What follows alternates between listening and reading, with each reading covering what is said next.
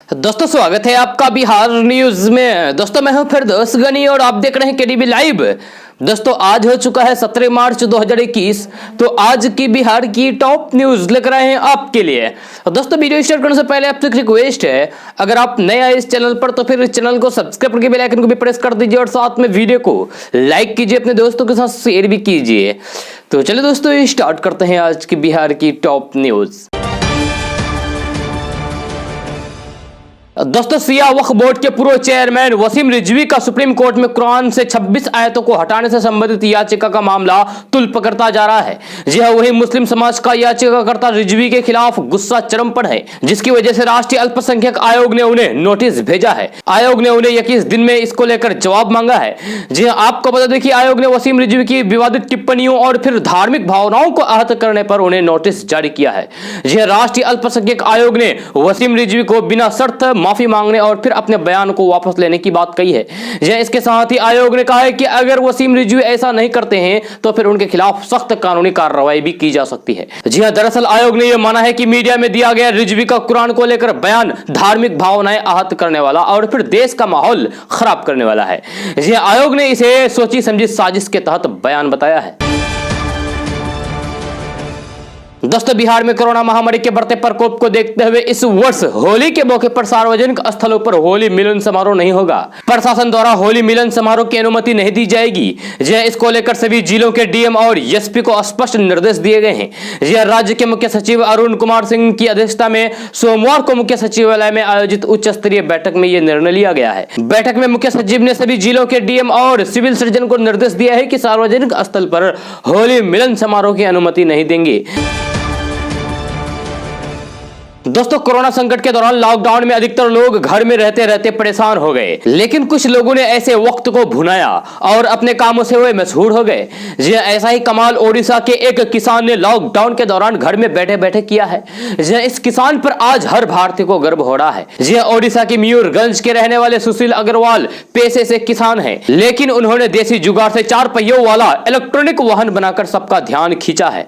जी सुशील अग्रवाल ने जो इलेक्ट्रिक वाहन बनाया है उसकी बैटरी सौर ऊर्जा से चार्ज होती है। सुशील अग्रवाल ने इस वाहन को एक कार का रूप दिया है, जिसमें 850 वाट मोटर की बैटरी का प्रयोग किया गया है। सबसे खास बात यह है कि यह फुल चार्ज हो जाने पर 300 किलोमीटर तक चल सकती है। महंगे पेट्रोल डीजल के इस दौर में अगर कोई कार बैटरी से सिंगल चार्ज में 300 किलोमीटर चल सकती है तो फिर अपने आप शानदार खोज है। सुशील अग्रवाल के मुताबिक इसकी बैटरी करीब 8 घंटे में फुल चार्ज हो जाती है। हालांकि उन्होंने इसको लेकर भी साफ साफ कर दिया है कि इस वाहन में प्रयोग होने वाली बैटरी धीरे धीरे चार्ज होती है, लेकिन बैटरी की लाइफ 10 साल तक की है। इस इलेक्ट्रिक वाहनों को तैयार करने वाले सुशील अग्रवाल ने बताया कि इस पर उन्होंने लॉकडाउन के दौरान ही काम शुरू कर दिया था। उन्होंने 2 अन्य मैकेनिक और फिर एक दोस्त की मदद से इस कार को तैयार किया है। उन्होंने अपने घर में ही मोटर बाइंडिंग, इलेक्ट्रिकल फिटिंग और फिर चेसिस वर्क काम किया है। सुशील अग्रवाल की माने तो उन्हें पता था कि लॉकडाउन हटने के बाद ईंधन की कीमतों में तेजी आएगी, इसलिए उन्होंने इलेक्ट्रिक कार बनाने का फैसला किया। इसके साथ ही उन्होंने कुछ किताबों को पढ़ा और यूट्यूब पर वीडियो भी देखी। अब सुशील की चर्चा पूरे देश में हो रही है। उन्होंने पर्यावरण के अनुकूल एक ऐसा वाहन तैयार कर लिया है जिसकी सख्त जरूरत है। दोस्तों बिहार विधानसभा में बजट सत्र की कार्रवाई के दौरान सोमवार को नीतीश कैबिनेट की मंत्रियों की काबिलियत पर सवाल उठाने के बाद नेता प्रतिपक्ष तेजस्वी यादव विवादों में घिर गए हैं। तेजस्वी यादव की ओर से सदन में यह कहना कि कैसे कैसे लोगों को मंत्री बना दिया गया है, इससे नाराज सत्ताधारी दल के नेता उन पर लगातार निशाना साध रहे हैं। इसी क्रम में जेडीयू ने भी तेजस्वी यादव पर निशाना साधा है। जदयू के मुख्य प्रवक्ता संजय सिंह ने कहा है कि तेजस्वी आपसे तो ज्यादा ही बिहार सरकार के मंत्री काबिल और पढ़े लिखे हैं। जनता ने चुनकर उनको सदन में भेजा है। आपकी तरह वो अनुकंपा पर राजनीति नहीं कर रहे हैं और आपकी तरह कोई नौवीं फेल नहीं है। आपके पिताजी ने लाठी में तेल पिलाकर राजनीति करने का जो संदेश दिया है उसने बिहार का बेड़ा गर्क किया है। राजनीति का अपराधीकरण हुआ है। आपकी भाषा बता रही है कि आपकी शिक्षा का स्तर क्या है। उन्होंने तेजस्वी यादव को उनका पद याद दिलाते हुए कहा कि संसदीय लोकतंत्र में विरोधी दल के नेता पद की अपनी गरिमा होती है, लेकिन लगता है कि बिना संघर्ष के यह पद मिलने से आप इसकी मर्यादा नहीं समझ पाए। इस पद की गरिमा का पता तब चलता है जब आप इसे संघर्ष करके पाते हैं। वैसे भी लालू यादव के आवरण से जब तक आप मुक्त नहीं होंगे तब तक आपको गलत और सही का फर्क पता नहीं चलेगा। ये राजनीति में किसी भी संसदीय पद की गरिमा क्या होती है, कभी लालू यादव जी से पूछिएगा, शायद वो आपको इस बारे में सही से ज्ञान दे दे। ये जदयू प्रवक्ता ने कहा है कि तेजस्वी आजकल आपकी बॉडी लैंग्वेज आपका साथ नहीं दे रही है, आप या तो डिलेर हो गए हैं या फिर आपका दिमाग डिलेर हो गया है। दोस्तों, बिहार में 139 स्थानों पर वृद्धजन आश्रय बनेगा। समाज कल्याण मंत्री मदन सहनी ने कहा है कि राज्य में वृद्धजनों की समुचित देखभाल के लिए 139 वृद्धजन आश्रय स्थल बनाए जाएंगे। इस योजना की जल्द ही शुरुआत होने जा रही है। इसके तहत सभी जिला मुख्यालय में वृद्धजनों के रहने के लिए 50-50 बेड के 2 यूनिट तथा सभी अनुमंडल में 50 बेड के 1 यूनिट का आश्रय स्थल बनाया जाएगा। इन केंद्र में बुजुर्गों के रहने और फिर समुचित चिकित्सा से लेकर सभी स्तर के देखभाल करने की सुविधा होगी। विभागीय मंत्री सोमवार को विधानसभा में समाज कल्याण विभाग के 8,159 करोड़ रुपए के बजट को प्रस्तुत कर रहे थे। उन्होंने कहा कि राज्य में 51 स्थानों पर बेसहारा दिव्यांग जनों, मंदबुद्धि, लाचार बच्चों की देखभाल के लिए 51 स्थानों पर विशेष केंद्र बनाए जाएंगे। मंत्री ने कहा कि राज्य में पेंशनकारों की संख्या करीब 7.5 गुना बढ़ गई है। 2007-8 में सभी तरह की पेंशन पाने वालों की संख्या 12,30,000 थी, जो आज बढ़कर 94,59,000 हो गई है। इनकी संख्या में लगातार बढ़ोतरी हो रही है। उन्होंने कहा कि मुख्यमंत्री वृद्धजन योजना के तहत अब तक 25 लाख लोगों को लाभ मिल गया है। इनके बैंक खाते में सीधे डीबीटी के माध्यम से राशि ट्रांसफर की जाती है। दोस्तों, बिहार में बड़े पैमाने पर सरकारी भवनों का निर्माण होगा। जी हां, पटना में साइंस सिटी और दरभंगा में तारामंडल का निर्माण होगा। जी हां, राजगीर में स्टेडियम और फिर खेल अकादमी के निर्माण की प्रक्रिया शुरू हो चुकी है। बोध गया में स्टेट गेस्ट हाउस और महाबोधि कन्वेंशन सेंटर के निर्माण की योजना है। यह जानकारी भवन निर्माण मंत्री डॉक्टर अशोक चौधरी ने विधानसभा में दी है। दोस्तों, होली का त्यौहार नजदीक आते ही बाजारों में खाने पीने की चीजों का खपत बड़ी तो फिर मिलावटखोरी भी शुरू हो गई है। जी हां, बाजार में महत्वपूर्ण वस्तुएं हैं, लेकिन घटिया मिलावटी वस्तुओं की भी भरमार है। ऐसे में खरीदारी सावधानी पूर्वक करने की जरूरत है। जी हां, ऐसा ना हो कि ये मिलावट रंग में भंग कर दे। जी हां, खासकर किराना की वस्तुओं मसलन धनिया, हल्दी, मिर्च, काली मिर्च समेत अन्य चीजों में मिलावट ज्यादा हो रही है। धनिया में जहां बुल्गारिया का घटिया धनिया पीसा जा रहा है, वहीं डंडी के पाउडर की मिलावट भी जोरों पर हो रही है। यही कारण है कि बाजार में धनिया के अलग अलग दाम हैं। व्यापारियों के मुताबिक डंडी 20 से 25 रुपए किलो तक मिल जाती है। 1 किलो धनिया में 25% तक डंडी पाउडर मिलाया जाता है। इससे मिलावट पकड़ में नहीं आती है। कुछ लोग तो भूसे को भी पीस कर मिला देते हैं। जी हाँ, उसी तरीके से काली मिर्च में पपीता के बीज डाले जाते हैं।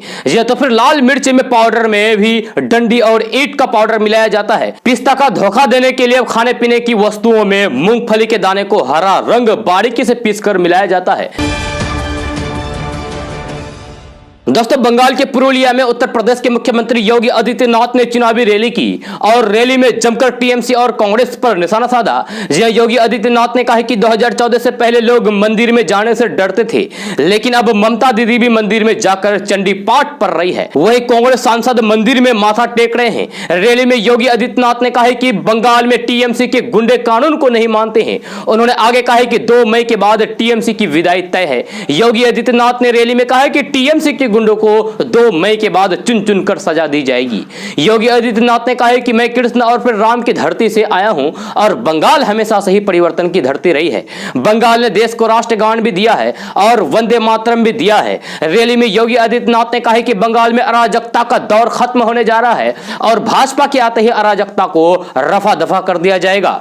इसके अलावा योगी आदित्यनाथ ने कांग्रेस सांसद राहुल गांधी पर भी निशाना साधा और कहा कि राहुल गांधी ने भी आजकल मंदिर में जाना शुरू कर दिया है, लेकिन उन्हें मंदिर में बैठना तक नहीं आता। योगी आदित्यनाथ ने कहा कि अब राहुल गांधी भी मंदिर में माथा टेक रहे हैं।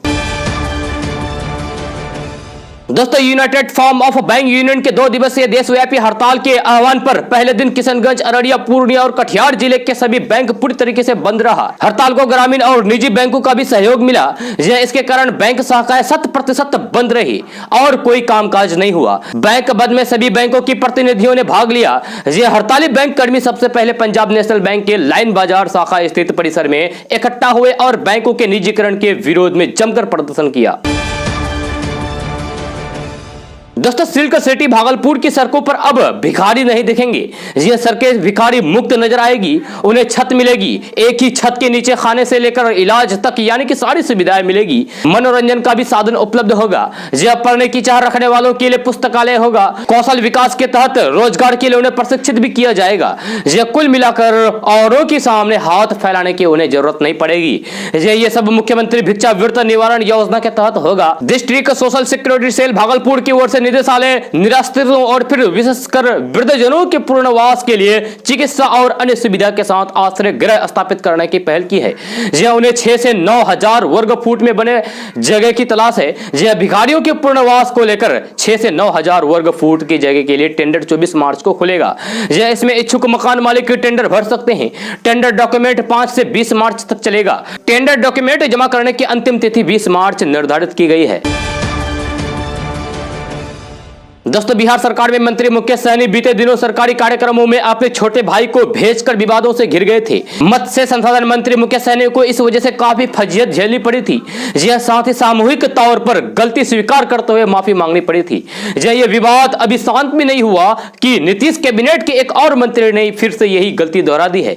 यह अब बिहार सरकार में पीएचईडी मंत्री रामप्रीत पासवान के बेटे की तस्वीरें वायरल हो रही है। वायरल तस्वीरों में वे नल जल योजना की जांच के लिए बनाए गए जांच दल के साथ दिख रहे हैं। यह चर्चा है कि मंत्री के बेटे दीपक कल्याण उर्फ छोटू रुपोली के कई पंचायतों में नल जल योजना की जांच के लिए पहुंचते हैं। इस बात के सामने आने के बाद विवाद फिर से खड़ा हो गया है। इस पूरे मामले में नेता प्रतिपक्ष तेजस्वी यादव ने एक बार फिर से सीएम नीतीश कुमार और उनकी सरकार पर निशाना साधा है। यह उन्होंने ट्वीट करके कहा है कि बिहार के अब तक सबसे कमजोर मुख्यमंत्री नीतीश कुमार के नेतृत्व में सबसे कमजोर लूंज पूंज सरकार चल रही है। कभी एक मंत्री का भाई सरकारी योजना का उद्घाटन करने पहुंचता है तो कभी दूसरे मंत्री का बेटा वसूली के लिए योजनाओं की जांच करने पहुंच रहा है। नीतीश जी ने बिहार का मजाक बनाकर रख दिया है। दोस्तों कहते हैं कि जिंदगी में चोट की अपनी अहमियत और कीमत होती है। चोट लगने के बाद इंसान मैच्योर हो जाता है, जिंदगी के सही गलत फैसले को बेहतर तरीके से सोचता और समझता है। जी बंगाल की सीएम ममता बनर्जी भी इसी तर्ज पर जीने लगी है। जी ममता बनर्जी के पैर में चोट नंदीग्राम में लगी और उनको ज्ञान की प्राप्ति पुरुलिया की धरती पर हुई। जी सोमवार को चुनावी सभा में ममता बनर्जी का टीचर जी वाला अंदाज दिखा। पुरुलिया की धरती में ममता बनर्जी का अंदाज एकदम जुदा नजर आया। लगा मंच पर कोई टीचर बच्चों को टेक्स्ट बुक नहीं बल्कि जिंदगी का सबसे जरूरी सबक याद दिला रहा है। जी ममता बनर्जी ने सोमवार को पुरुलिया में चुनावी सभा को संबोधित किया। जी ममता बनर्जी ने बीजेपी पर तीखे हमले किए। मौजूदा भीड़ को जिंदगी का एक सबक भी याद दिलाया। जी ममता बनर्जी ने जिक्र किया कि अगर धन जाता है तो कुछ नहीं जाता, अगर स्वास्थ्य जाता है तो थोड़ा बहुत जाता, अगर चरित्र जाता है तो फिर आपका सब कुछ चला जाता। जी ममता बनर्जी के मुताबिक बीजेपी के पास चरित्र ही नहीं है। जी बीजेपी का चाल चरित्र और चेहरा पूरी तरीके से अलग है। बीजेपी सत्ता पाने के लिए किसी भी हद तक जा सकती है। पुरुलिया की चुनावी सभा में ममता बनर्जी ने बीजेपी पर कई हमले किए। जी बंगाल के लिए ममता बनर्जी की बेटी के नारे को हकीकत में बदलने के लिए मांग की। जी इस दौरान ममता बनर्जी ने मौजूद भीड़ से बीजेपी चाइना चाइना के नारे भी लगवाए। दोस्तों आगरा में अब ताजमहल का दीदार थोड़ा महंगा हो सकता है। यह पर्यटकों को ताज देखने के लिए एक्स्ट्रा पैसे चुकाने पड़ सकते हैं। यह प्रशासन ने भारतीय और फिर विदेशी पर्यटकों के लिए एंट्री टिकट की कीमतें बढ़ाने का फैसला किया है। भारतीय पर्यटक फिलहाल ताज के दीदार के लिए 250 रुपए का टिकट लेते हैं तो वही विदेशी पर्यटकों को 1300 रुपए चुकाने पड़ते हैं। अगर यह प्रस्ताव पास हो जाता है तो फिर मेन गुंबद में प्रवेश के लिए भारतीय पर्यटकों को 480 रुपए और फिर विदेशी पर्यटकों को 1600 रुपए चुकाने होंगे। दोस्तों बिहार सरकार के राजस्व एवं भूमि सुधार विभाग में कई पदों पर बहाली होगी। जी अंचलों में डाटा एंट्री ऑपरेटर और अन्य तकनीकी कर्मियों की आवश्यकता को देखते हुए कुल 3883 पदों की स्वीकृति दी गई है। जी हाँ, जिसे तत्काल बेल्ट्रॉन आउटसोर्सिंग से लिया जाएगा। इसमें सिस्टम एनालिस्ट का 1 पद, प्रोग्रामर का 5 पद, डाटा एंट्री ऑपरेटर के ग्रेड सी के 139 पद, data entry operator grade A के 3738 पद शामिल है। यह सब जानकारी शनिवार को विभागीय मंत्री रामसूरत राय ने दी है।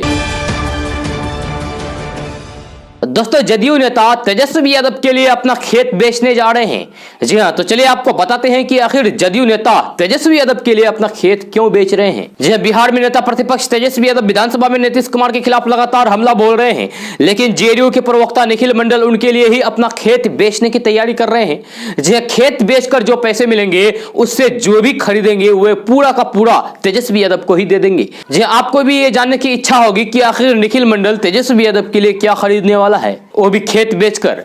जी हां, इसका खुलासा निखिल मंडल ने ही किया है। निखिल मंडल अपने खेत बेचकर तेजस्वी यादव के लिए संस्कार खरीदने की तैयारी कर रहे हैं। खैर, आपको यह भी बता दूं कि पैसे के दम पर संस्कार नहीं खरीदा जाता है। जी हां, दरअसल तेजस्वी यादव विधानसभा की कार्रवाई के दौरान मंत्री प्रमोद कुमार सहित कई और मंत्रियों के साथ साथ नीतीश कुमार पर भी जुबानी हमला बोल रहे हैं। जदयू प्रवक्ता निखिल मंडल ने भी तेजस्वी यादव पर पलटवार करते हुए कहा कि तेजस्वी यादव आदर, सत्कार, संस्कार, बड़ों का सम्मान ये सब जानते ही नहीं है। वे हर विधायक को आरजेडी का विधायक ना समझे। संस्कार बाजार में मिलते तो फिर मैं अपना खेत बेचकर भी आपको खरीद देता। जाहिर है जदयू और बीजेपी अब खुलकर अपनी नाराजगी जाहिर करके तेजस्वी यादव के लहजे में ही पलटवार कर रहे हैं।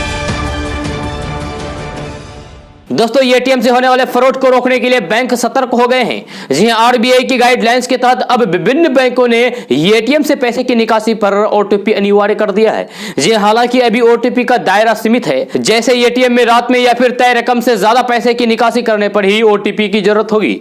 जी, एसबीआई, कैनरा बैंक, पीएनबी समेत कई बैंकों ने अलग अलग स्तर पर एटीएम विड्रॉल में ओटीपी आधारित ट्रांजैक्शन व्यवस्था शुरू की है। जी, पंजाब नेशनल बैंक के ग्राहक एटीएम कार्ड के जरिए रात 8 बजे से सुबह 8 बजे तक 10,000 रुपए या फिर इससे ज्यादा राशि निकालते तो फिर ओटीपी अनिवार्य होगा। जी, ये ओटीपी ग्राहक के रजिस्टर्ड मोबाइल नंबर पर ही आएगा। जी, यदि आपके पास निकासी के समय मोबाइल नहीं है या फिर इंटरनेट की दिक्कत है तब आपको परेशानी हो सकती है। दोस्तों, बिहार में रहने वाले लोगों के लिए बड़ी खबर सामने आ रही है। मिली जानकारी के मुताबिक पटना गया डोभी सड़क साल 2022 तक बनकर तैयार हो जाएगा। इससे लोगों को जाम की परेशानी से छुटकारा मिल जाएगा तथा पटना पहुंचने में भी आसानी होगी। खबर के मुताबिक इसकी जानकारी खुद केंद्रीय सड़क परिवहन और राजमार्ग मंत्री नितिन गडकरी ने दी है। उन्होंने सुशील कुमार मोदी द्वारा पूछे गए एक सवाल के जवाब में कहा कि पटना गया डोभी खंड का कार्य 2022 तक पूरा हो जाएगा। दोस्तों, बिहार में मुखिया चुनाव का इंतजार कर रहे लोगों के लिए बड़ी खबर सामने आ रही है। मिली जानकारी के मुताबिक बिहार में इस बार ईवीएम मशीन से चुनाव कराने हैं। इसको लेकर राज्य निर्वाचन आयोग और केंद्रीय चुनाव आयोग में सहमति नहीं बन पा रही है। यह खबर के मुताबिक राज्य चुनाव आयोग ने बिहार में ईवीएम मशीन से चुनाव कराने तथा ईवीएम मशीन खरीदने को लेकर हाईकोर्ट में याचिका दायर की थी। इस याचिका पर सुनवाई करते हुए हाईकोर्ट ने अगले महीने 6 अप्रैल तक सुनवाई टाल दी है। हाईकोर्ट ने कहा कि राज्य चुनाव आयोग और फिर चुनाव आयोग दोनों मिलकर इस पर सहमति बनाए। हाईकोर्ट के इस फैसले से ईवीएम खरीदारी के लिए राज्य निर्वाचन आयोग को अनापत्ति प्रमाण पत्र के लिए और इंतजार करना पड़ सकता है। दोस्तों, बिहार में रहने वाले लोगों के लिए सीएम नीतीश कुमार ने बड़ा फरमान जारी कर दिया है। यह साथ ही साथ निर्देश दिए हैं कि बिहार में शराब पीने वालों के साथ साथ शराब का कारोबार करने वाले लोगों पर कड़ी से कड़ी कार्रवाई की जाएगी। सीएम नीतीश कुमार ने कहा है कि जो शराब माफिया जेल से छुटकर बाहर आते हैं उन पर नजर रखा जाएगा। साथ ही साथ इन शराब माफिया पर सख्त कार्रवाई की जाएगी। यह बिहार में किसी भी कीमत पर शराब को पीना और उसका धंधा करना मना है। आपको बता दें कि पटना में मद्य निषेध उत्पादन एवं निबंधन विभाग की समीक्षा बैठक के दौरान सीएम नीतीश कुमार ने कई तरीके के निर्देश दिए हैं और कहा है कि शराब के धंधेबाजों को पूरी तरीके से नकेल कसा जाए और जांच की प्रक्रिया को भी तेज किया जाए। जी हां, सीएम नीतीश कुमार के आदेश के बाद बिहार के शराब माफियों में हरकंप मच गया है। इतना ही नहीं, सरकार ने साफ शब्दों में कह दिया है कि शराब माफियों की संपत्ति को भी जब्त करके उनकी नीलामी भी की जाएगी और उन्हें किसी भी कीमत पर छोड़ा नहीं जाएगा। दोस्तों, बिहार में सरकारी तालाबों से अवैध कब्जा हटाने के लिए सरकार ने आदेश जारी कर दिया है। जी हां, इसको लेकर बिहार के सभी जिलों को दिशा निर्देश भी जारी कर दिया गया है। बहुत जल्द बिहार के तालाबों को अतिक्रमण मुक्त करने की प्रक्रिया शुरू हो जाएगी। जी हां, खबर के मुताबिक बिहार के पशुपालन एवं मत्स्य संसाधन मंत्री मुकेश सहनी ने सदन में जानकारी देते हुए कहा कि जल जीवन हरियाली अभियान के तहत राज्य के सरकारी तालाबों को अगले 3 सालों में अतिक्रमण मुक्त किया जाएगा। जी हां, उन्होंने बताया कि बिहार में कुल 96,000 तालाब हैं, जिनमें से 30,672 तालाब सरकारी है। वहीं 9,044 पर अतिक्रमण किया गया है, जिनमें से अब तक 531 तालाबों को अतिक्रमण मुक्त कर दिया गया है। बहुत जल्द बाकी तालाबों को भी अतिक्रमण मुक्त किया जाएगा। यह मंत्री मुकेश सहनी ने कहा है कि राज्य के सरकारी तालाबों से अतिक्रमण मुक्त करने के लिए सभी जिलों को निर्देश दिया गया है। बहुत जल्द इन तालाबों को सरकार अतिक्रमण मुक्त कर लेगी। आपको बता दें कि विधान परिषद में तालाबों पर अतिक्रमण का मामला उठा था, जिस पर मंत्री ने जानकारी दी। दोस्तों, देश में बढ़ती कोरोना महामारी के कारण बिहार सरकार अलर्ट हो गई है तथा राज्य में कोरोना को फैलने से रोकने के लिए कई बड़े कदम उठा रही है। जी हां, मीडिया रिपोर्ट के मुताबिक बिहार सरकार राज्य में दोबारा स्कूल बंद करने का फैसला ले सकती है। जी खबर के अनुसार बिहार के सरकारी और प्राइवेट स्कूलों को बंद किए जाने पर विचार किया जा रहा है। हालांकि इसका अंतिम फैसला अभी तक नहीं हुआ है, लेकिन इसको लेकर चर्चा शुरू हो गई है। जी हां, बहुत जल्द इस पर कोई भी फैसला हो सकता है। मीडिया रिपोर्ट के अनुसार जल्द ही स्कूलों को बंद करने की बैठक होगी। इस बैठक में इस पर कोई भी बड़ा निर्णय लिया जा सकता है। एक सप्ताह बाद क्राइसिस मैनेजमेंट ग्रुप की अगली बैठक होगी। इसमें पूरी स्थिति की समीक्षा की जाएगी। दोस्तों, देश में कोरोना के बढ़ते मामलों के बीच प्रधानमंत्री नरेंद्र मोदी बुधवार को यानी कि आज मुख्यमंत्रियों के साथ बातचीत करेंगे। जी हां, आधिकारिक सूत्रों ने बताया कि वीडियो कॉन्फ्रेंस के जरिए होने वाली इस बातचीत में कोरोना से पैदा हुए हालात और टीकाकरण अभियान को मुद्दे पर चर्चा होगी। ये बातचीत ऐसे समय में हो रही है जब कोरोना के बढ़ते मामलों के बीच केंद्र टीकाकरण अभियान में तेजी पर जोर दे रहा है। जी हां, प्रधानमंत्री समय समय पर मुख्यमंत्रियों के साथ बातचीत कर रहे हैं। जी हां, प्रधानमंत्री ने इस साल जनवरी महीने में टीकाकरण अभियान की शुरुआत से पहले मुख्यमंत्रियों के साथ वीडियो कॉन्फ्रेंस के जरिए बैठक की थी। तब उन्होंने 3 करोड़ स्वास्थ्य और अग्रिम मोर्चे पर काम कर रहे कर्मचारियों के टीकाकरण का लक्ष्य रखा था। मौजूदा वक्त में यह अभियान 60 साल से अधिक उम्र के लोगों को कवर करने के दौर में चला गया है। दोस्तों, रोजगार तलाश रहे बिहार के युवाओं के लिए अच्छी खबर सामने आ रही है। जल्द ही बिहार सरकार पंचायती राज विभाग में लगभग 9000 पदों पर भर्तियां करने जा रहा है। इसके लिए विभाग की ओर से प्रस्ताव तैयार किया जा रहा है, जिसे सरकार को भेजा जाएगा। पंचायती राज विभाग इन भर्तियों के लिए प्रक्रिया शुरू कर चुका है। इसका पूरा विवरण जुटाया जा रहा है। पदों से संबंधित सभी जानकारी जुटाने के बाद भर्ती प्रस्ताव कैबिनेट को भेज दिया जाएगा, जिसके बाद इसकी योग्यता और मापदंड तय किया जाएगा। पंचायती राज विभाग में होने वाली ये नियुक्ति कैबिनेट की स्वीकृति मिलने के बाद शुरू कर दी जाएगी, जिसके बाद विभाग की ओर से नोटिफिकेशन जारी किया जाएगा। यह पंचायती राज विभाग के तहत होने वाली लिपिकों की तैनाती पंचायतों में होगी, यह जो पंचायत कार्यालयों में बैठेंगे और पंचायतों में होने वाले कार्यों संबंधित रिकॉर्ड अपने पास रखेंगे। यह साथ ही पंचायतों में आय व्यय का विवरण भी इन्हीं लिपिकों के पास होगा। आपको बता दें कि बिहार में लगभग 8387 ग्राम पंचायतें हैं, जिसे देखते हुए पंचायती राज विभाग 9000 पदों पर नियुक्तियों का प्रस्ताव तैयार कर रही है। दोस्तों, 1 अप्रैल से आपके ऊपर महंगाई का और बोझ पड़ने वाला है, क्योंकि national highway authority of India यानी कि NHAI टोल के रेट में करीब 5% तक बढ़ोतरी कर सकती है। इसके साथ ही जो लोग टोल प्लाजा के लिए मंथली पास बनवाते हैं, उनके ऊपर भी 10 से 20 रुपए का बढ़ोतरी की जा सकती है। आपको बता दूं कि NHAI हर फाइनेंशियल ईयर में टोल टैक्स को बढ़ाता है। ऐसे में इस साल भी NHAI नेशनल हाईवे पर चलने के लिए टोल टैक्स को बढ़ाने वाला है। दोस्तों, भाजपा नेता और राज्यसभा सांसद सुशील कुमार मोदी ने बिहार के नेता प्रतिपक्ष तेजस्वी यादव पर निशाना साधा है। जी हां, सोमवार को बिहार विधानसभा में कार्रवाई के दौरान एक मंत्री के जवाब से नाराज होकर तेजस्वी यादव ने कहा कि कैसे कैसे लोगों को मंत्री बना दिया गया है। इसी बात पर सुशील कुमार मोदी ने ट्वीट करके तेजस्वी यादव के इस बयान पर निशाना साधते हुए कहा कि आप लालू प्रसाद यादव से पूछिए कि एक अनपढ़ को मुख्यमंत्री क्यों बनाया था। यह सुशील कुमार मोदी का इशारा बिहार की पूर्व मुख्यमंत्री राबड़ी देवी की ओर था। बिहार के पूर्व उप मुख्यमंत्री रहे सुशील कुमार मोदी ने ट्वीट करके तेजस्वी यादव से सवाल पूछते हुए कहा कि वह बताएं कि 1997 में उनकी पार्टी ने कई योग्य लोगों के रहते हुए एक ऐसी घरेलू महिला को मुख्यमंत्री क्यों बनाया था, जो अधिकारियों की हिंदी अंग्रेजी में लिखी गई फाइल को ना समझ सकती थी और नहीं पढ़ सकती थी। साथ ही उन्होंने कहा कि तेजस्वी यादव को शीशे के घर में रहकर दूसरों पर पत्थरबाजी नहीं करना चाहिए। जी हां, आगे उन्होंने लालू प्रसाद यादव के शासनकाल को लेकर भी कई सवाल खड़े किए हैं। सुशील कुमार मोदी ने कहा कि तेजस्वी यादव को अपने पिता लालू प्रसाद यादव से पूछना चाहिए कि उन्होंने कैसे कैसे मंत्री बनाए थे। राजद बताए कि पिछले विधानसभा चुनाव में पहली बार विधायक बनने वाले 8वीं और इंटर पास लोगों को 3-3 विभागों का कैबिनेट मंत्री कैसे बनवाया था। दोस्तों, इमारत सरिया के अमीर ए शरीयत मौलाना सैयद मोहम्मद वली रहमानी ने कहा है कि देश में मुसलमानों से धर्म, सभ्यता, संस्कृति और उनकी पहचान छीनने की कोशिश की जा रही है। मुसलमानों पर तरह तरह की साजिश रचकर उन्हें परेशान करने के लिए रास्ता बनाया जा रहा है। आने वाले दिनों में देश में मस्जिद और मदरसों को बनाने भी मुश्किल हो जाएगा। यहाँ तक कि स्कूल, कॉलेज और आधुनिक शिक्षण संस्थानों को खोलने में भी मुसलमानों को परेशानी होगी। ये बातें उन्होंने राइन उर्दू गर्ल्स +2 हाई स्कूल में उर्दू की सुरक्षा एवं विकास के विषय में आयोजित सभा को संबोधित करते हुए कही है। जी मौलाना वली रहमानी ने कहा कि कुछ लोग कौम को धोखा देने का प्रयास कर रहे हैं। ऐसे समय में कौम को नुकसान पहुंचाने वालों को पहचानने की जरूरत है। समस्याओं का सही विश्लेषण करके उसका सामना करने के लिए पहले से तैयार रहें। दोस्तों, अगर आप भी ट्रेन में सफर करने का मन बना रहे हैं तो फिर यह खबर आपके काम की हो सकती है। जी देश में एक बार फिर कोरोना ने रफ्तार पकड़ ली है। ऐसे में अलग अलग राज्यों में कोरोना को लेकर जरूरी दिशा निर्देश जारी किए गए हैं। यात्रियों को किसी भी तरह की दिक्कत परेशानी ना हो, इसके लिए रेलवे द्वारा अलग अलग राज्यों द्वारा स्वास्थ्य सलाहकार दिशा निर्देश जारी किया है। जी हाँ, जिसको आपको जानना जरूरी है। इस संबंध में मिनिस्ट्री ऑफ रेलवे ने एक ट्वीट किया है। मिनिस्ट्री ऑफ रेलवे द्वारा किए गए ट्वीट में साफ साफ कहा गया है कि ट्रेन में सफर करने से पहले यात्री जिस राज्य में जा रहे हैं उस राज्य के दिशा निर्देशों को जान लें। इस समय हर राज्य में राज्य सरकारों द्वारा अलग अलग गाइडलाइन जारी की गई है। यह कुछ राज्यों में एंट्री के लिए आरटीपीसीआर नेगेटिव टेस्ट रिपोर्ट दिखाना अनिवार्य किया गया है।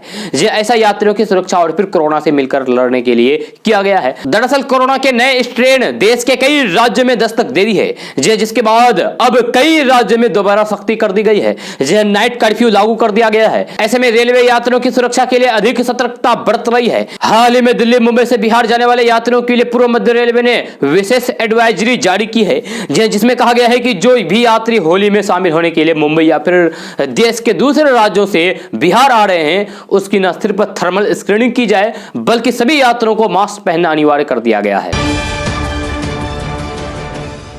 दोस्तों, ऑल इंडिया मजलिस इत्तेहादुल मुस्लिमीन यानी कि AIMIM पार्टी ने सिया वक्फ बोर्ड के पूर्व अध्यक्ष वसीम रिजवी की नागरिकता खत्म करने के लिए गृह मंत्रालय को पत्र लिखा है। AIMIM लीगल सेल पूर्वी के अध्यक्ष और वरिष्ठ प्रदेश कार्य समिति सदस्य आरिफ इकबाल ने पत्र के माध्यम से गृह मंत्री अमित शाह को बताया कि वसीम रिजवी अपने विवादित बयानों और कृतियों से समाज में वैमनस्यता फैलाने की कोशिश करते हैं। जी अब वसीम रिजवी ने कुरान शरीफ को लेकर कोर्ट में याचिका दायर की है, जिससे देश का माहौल खराब हो रहा है। इसलिए भारतीय नागरिकता कानून 1955 की धारा 10 में दी गई शक्तियों का प्रयोग करके वसीम रिजवी की नागरिकता खत्म की जाए। दोस्तों, जब भी आप सड़क पर किसी भी गाड़ी से निकलते हैं तो फिर सरकारी नियमों अनुसार आपके पास ड्राइविंग लाइसेंस होना जरूरी है। जी भले ही आपको कार या फिर बाइक चलानी आती हो या नहीं, लेकिन डीएल होना आवश्यक है। जी डीएल बनवाने के लिए हर किसी को एक टेस्ट से गुजरना पड़ता है। हालांकि हमारे देश में कई दफा लोग एजेंट के जरिए बिना टेस्ट के भी लाइसेंस बनवा लेते हैं, लेकिन दूसरे देशों में शायद ऐसा नहीं होता है। लिहाजा वहां आपको प्रैक्टिकल टेस्ट में पास होकर ही लाइसेंस मिलता है। जी ड्राइविंग लाइसेंस में कोई भी 1 से 10 दफा फेल हो जाए तो फिर समझ में आता है, लेकिन क्या आपने सुना है कि कोई 100 से अधिक बार भी ड्राइविंग लाइसेंस टेस्ट में फेल हो सकता है? यह सुनकर यकीन नहीं हुआ होगा, लेकिन यह बिल्कुल 100% सच है। पोलैंड से ताल्लुक रखने वाले एक शख्स ने अपनी लाइफ में जितनी परेशानी ड्राइविंग लाइसेंस को लेकर झेली होगी शायद ही किसी और ने झेली होगी। जी हाँ, इस शख्स ने 1, 2 या फिर 10 बार नहीं बल्कि 192 बार ड्राइविंग लाइसेंस का टेस्ट दिया और वे सालों तक लगातार फेल होता रहा। हालांकि उन्होंने हार नहीं मानी और बार बार फेल होने के बावजूद वे एक के बाद एक टेस्ट दे रहे। जी हाँ, यह शख्स पिछले 17 सालों से लगातार कार ड्राइविंग सीख रहा है और अब उन्होंने 192वां टेस्ट देकर फेल होने का रिकॉर्ड बनाया है। जी हाँ, पोलैंड में प्रैक्टिकल टेस्ट में जरूरी है पास होना। जानकारी के अनुसार करीब 2 दशक से कार चलाने की ट्रेनिंग ले रहे शख्स अब तक ड्राइविंग में लाख से ज्यादा रुपए बर्बाद कर चुका है। जी हाँ, आपको बता दें कि पोलैंड में ड्राइविंग लाइसेंस को हासिल करने के लिए हर व्यक्ति को इसका टेस्ट पास करना पड़ता है, जिसका एक प्रैक्टिकल पेपर भी होता है। जी हाँ, इस देश की सबसे अच्छी बात यह है कि यहाँ पर एक व्यक्ति कितनों भी बार ड्राइविंग लाइसेंस बनवाने के लिए एग्जाम दे सकते हैं। जी हाँ, यही वजह रही है कि शख्स भी करीब 30 साल की उम्र से 50 साल की उम्र तक लगातार ड्राइविंग लाइसेंस बनवाने के लिए कड़े प्रयास करता रहा है। दोस्तों, बिहार में अब सार्वजनिक यात्री वाहनों में अश्लील गाने बजाने पर परमिट रद्द किए जाएंगे। जी हां, बिहार में आए दिन ऑटो, बस समेत पब्लिक ट्रांसपोर्ट के अन्य वाहनों में बजने वाले अश्लील गानों की वजह से लोगों को परेशानियों का सामना करना पड़ता है। गाड़ियों में सफर करने के दौरान बजाए जाने वाले अश्लील गानों के कारण महिलाओं को हमेशा शर्मिंदगी होना पड़ता है। इसे रोकने के लिए परिवहन विभाग ने सख्ती दिखाते हुए निर्देश जारी कर दिया है। परिवहन विभाग ने निर्देश जारी करते हुए स्पष्ट कर दिया है कि किसी भी यात्री वाहन में अश्लील गाना बजाया गया तो फिर गाड़ी का परमिट रद्द कर दिया जाएगा। परिवहन विभाग ने निर्देश पत्र बिहार के सभी जिलों के संयुक्त आयुक्त, जिला परिवहन पदाधिकारी, मोटरयान निरीक्षक और प्रवर्तन अवर निरीक्षक को भेजा है। यह अक्सर देखा जाता है कि पर्व त्योहार खास करके होली के दौरान ज्यादा अश्लील गाने बजाए जाते हैं। परिवहन विभाग ने सभी जिलों के अधिकारियों को निर्देश दिया है कि त्योहार के दौरान अश्लील गाना बजाए जाने की शिकायतें ज्यादा मिल रही है। ऐसे में होली के ठीक पहले विशेष अभियान चलाकर सख्ती के साथ कार्रवाई करे। यह परिवहन विभाग ने कहा है कि ऑटो, बस, ट्रक जैसे व्यावसायिक वाहनों में अश्लील गाना बजाए जाने पर पुलिस की सहायता से कठोर कार्रवाई हो। साथ ही महिला कॉलेज और फिर स्कूलों के नजदीक रैंडम जांच अभियान चलाकर अश्लील गानों पर पाबंदी लगाई जाए। यह अश्लील गाना बजाने वाले वाहनों के परमिट रद्द कर की कानूनी कार्रवाई की जाए। दोस्तों, बॉलीवुड एक्टर आमिर खान ने हाल ही में अपना जन्मदिन मनाया, जहां उन्हें फैंस ने ढेर सारा प्यार और शुभकामनाएं दी। मगर जन्मदिन के एक दिन बाद ही आमिर खान ने एक ऐसी घोषणा कर दी जिससे उनके चाहने वालों को जरूर निराशा हाथ लगी होगी। दरअसल एक्टर आमिर खान ने हाल ही में इंस्टाग्राम पर एक पोस्ट शेयर करते हुए कहा है कि अब वे सोशल मीडिया को हमेशा के लिए अलविदा कह रहे हैं। जी, एक्टर आमिर खान के इस स्टेटमेंट से फैंस के बीच हलचल मच गई है कि आखिर आमिर खान ऐसा क्यों निर्णय ले रहे हैं, आमिर खान ऐसा क्यों कर रहे हैं। जी, आमिर खान ने बताया कि यह उनकी आखिरी पोस्ट है। अब आमिर खान के सोशल मीडिया छोड़ देने से हर तरफ लोगों में मायूसी छाई है। यह सोशल मीडिया पर अपने बाकी स्टार की तरह ज्यादा एक्टिव न रहने वाले आमिर खान को कई वजह से वर्चुअली मिस किया जाएगा। दोस्तों, केंद्र सरकार ने हाल के दिनों में जिस तरीके से सरकारी कंपनियों में विनिवेश बढ़ाने की बात कही है, उसे देखते हुए विपक्ष कई बार कह चुके हैं कि सरकार रेलवे का भी निजीकरण कर देगी। जी हां, मंगलवार को रेल मंत्री पीयूष गोयल ने लोकसभा में रेलवे के निजीकरण को लेकर लगाई जा रही सभी अटकलों पर विराम लगा दिया है। जी हां, रेल मंत्री पीयूष गोयल ने कहा है कि रेलवे का कभी भी निजीकरण नहीं किया जाएगा और यह हमेशा भारत सरकार के अधीन रहेगी। जी हां, उन्होंने साथ ही कहा है कि यात्रियों को अच्छी सुविधाएं मिले, रेलवे के जरिए अर्थव्यवस्था को मजबूत मिले, ऐसे कार्यों के लिए निजी क्षेत्र का निवेश देश हित में होगा। जी हां, लोकसभा में रेल मंत्री पीयूष गोयल ने कहा है कि दुर्भाग्यपूर्ण स्थिति है कि कई सांसद निजीकरण और कॉर्पोरेटाइजेशन का आरोप लगाते हैं। भारतीय रेल का कभी भी निजीकरण नहीं होगा। उन्होंने कहा है कि मैं विश्वास दिलाता हूं कि रेलवे भारत की संपत्ति है, उसका कभी भी निजीकरण नहीं होगा। दोस्तों, गोपालगंज जिला के हथुआ में स्थित सवैया हवाई अड्डा को एक बार फिर से चालू करने की मांग लोकसभा में उठी है। जहां गोपालगंज के जदयू सांसद डॉक्टर आलोक कुमार सुमन ने लोकसभा में जीरो ओवर के यहां मुद्दा उठाया। उन्होंने कहा है कि गोपालगंज के हथुआ अनुमंडल में हथुआ में 571 एकड़ में सवैया हवाई अड्डा स्थित है, जिसे गोरखपुर एयरपोर्ट्स के द्वारा भी इस हवाई अड्डा का इस्तेमाल किया जा रहा है। इसके साथ ही प्रधानमंत्री की महत्वाकांक्षी योजना उड़ान स्कीम के तहत इसको घरेलू उड़ान के लिए चालू किया जा सकता है। संसद ने लोकसभा में कहा है कि गोपालगंज से भारी संख्या में लोग खाड़ी देशों में काम करने के लिए जाते हैं। वैसे स्थिति में गोपालगंज के इस सवैया हवाई अड्डा से उड़ान शुरू करने से गोपालगंज और आसपास के लोगों को बड़ी सहूलियत मिलेगी और लोग आसानी से दूसरे देशों की यात्रा कर सकते हैं। दोस्तों, बिहार भाजपा अध्यक्ष सांसद डॉक्टर संजय जायसवाल ने कहा है कि पार्टी आगामी पंचायत चुनाव में विभिन्न समाजों के नेतृत्व को उभारने के लिए जिला परिषद में उम्मीदवारों को समर्थन देगी, लेकिन हम किसी भी तरीके से भाई भतीजेवाद को पंचायत चुनाव में बढ़ावा नहीं देने वाले हैं। हमेशा दल हित में ही सभी आवश्यक निर्णय लेंगे। इस पंचायत चुनाव में अपने कार्यकर्ताओं को हर स्तर पर मौका देने के लिए भाग लेंगे। कल भाजपा पंचायती राज प्रकोष्ठ के बैठक में भाजपा अध्यक्ष ने कहा कि विधानसभा चुनाव में पार्टी सभी को उम्मीदवार नहीं बना सकती है। बहुत सारे कर्मठ कार्यकर्ता छूट जाते हैं, उनको भी अवसर हम आगामी जिला परिषद चुनाव में देंगे। विषम परिस्थितियों में समन्वय करके चुनाव में शामिल होंगे, क्योंकि एक नए तरीके का हम प्रयोग कर रहे हैं और पीछे नहीं हटना है। दोस्तों, आज का न्यूज़ बस ये तक। कैसा लगा जरूर अपना सुझाव दीजिएगा नीचे कमेंट बॉक्स में कमेंट करके। अगर आप नए हैं इस चैनल पर तो फिर चैनल को सब्सक्राइब करके बेल आइकन को भी प्रेस कर दीजिए और साथ में वीडियो को लाइक कीजिए, अपने दोस्तों के साथ शेयर भी कीजिए। तो चलो दोस्तों, फिर मिलते हैं अगले वीडियो में। जय हिंद, जय बिहार।